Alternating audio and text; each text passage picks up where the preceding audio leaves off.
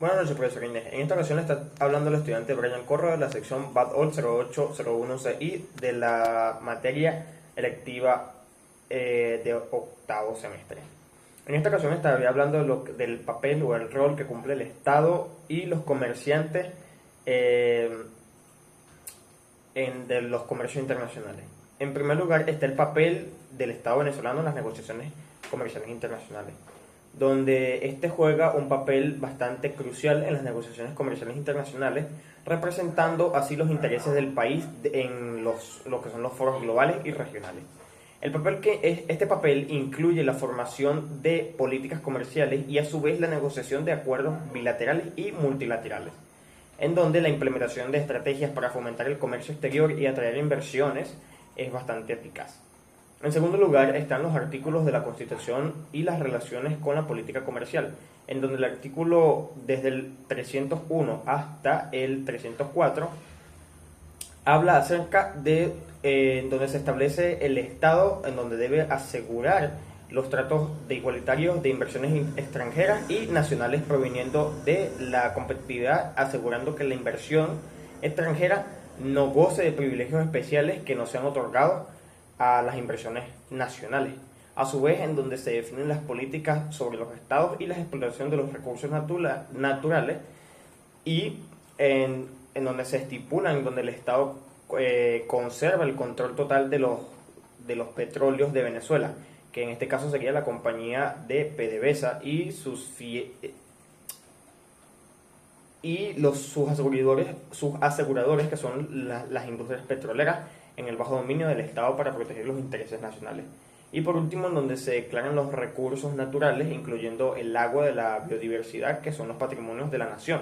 y se hacen uso regulado para asegurar su sostenibilidad y bienestar de las generaciones futuras. En tercer lugar está el contraste de lo que son las posiciones de las negociaciones internacionales,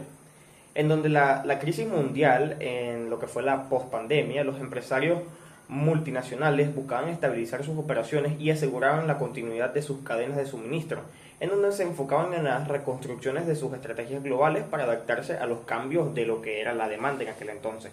En el caso de los empresarios venezolanos, han tenido que enfrentar desafíos significantes debido a que, la recesión económica debido a la pandemia buscó muchas más formas en donde los negocios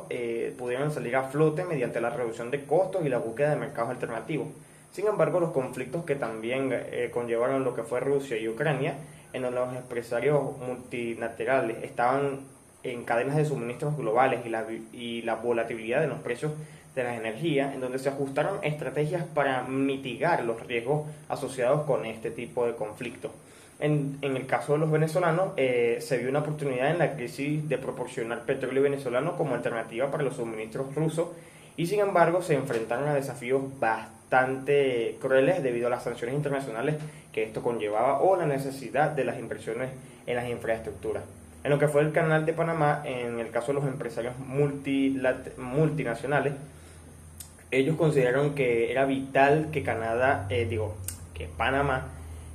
tuviera una mejor logística para el uso del comercio el comercio global,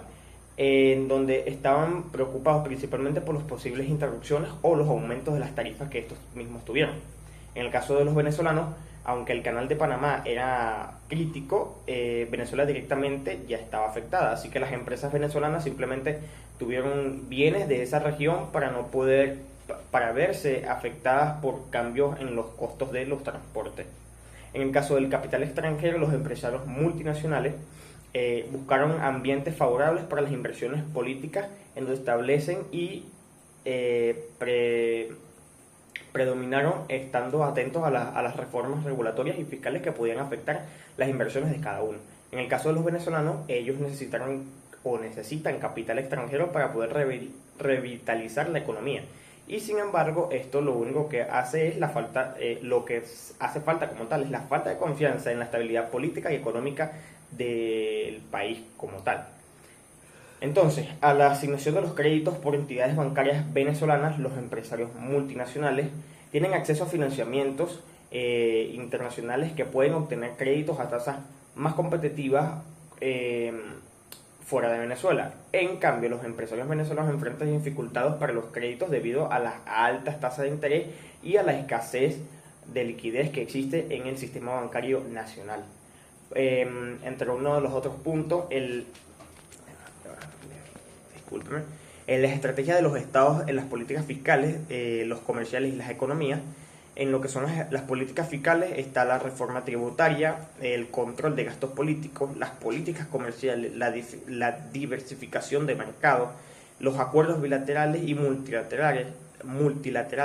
las políticas económicas, que serían los incentivos a las inversiones, y la modernización de las infraestructuras. Y por último sería el fortalecimiento del sector energético, en donde simplemente necesitan la rehabilitación de las industrias petroleras para explorar así las fuentes de energías alternativas a el agua. Muchas gracias por su atención.